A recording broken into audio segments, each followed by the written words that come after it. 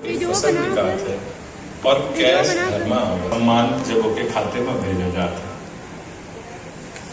चालू है ना? तो आज एक किसान के पत्नी फसल बिकाए से पहले ही अपने पति की होकर एक लटकन लाई थी।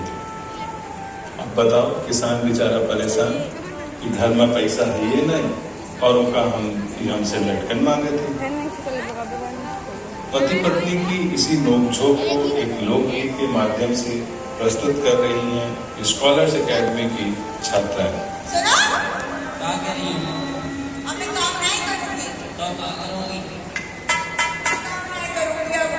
अच्छा, काम नहीं करूंगी तो कहा करूंगी? कोई उपाय है तुम्हारे पास? सब जिंदगी है ये काम करते करते।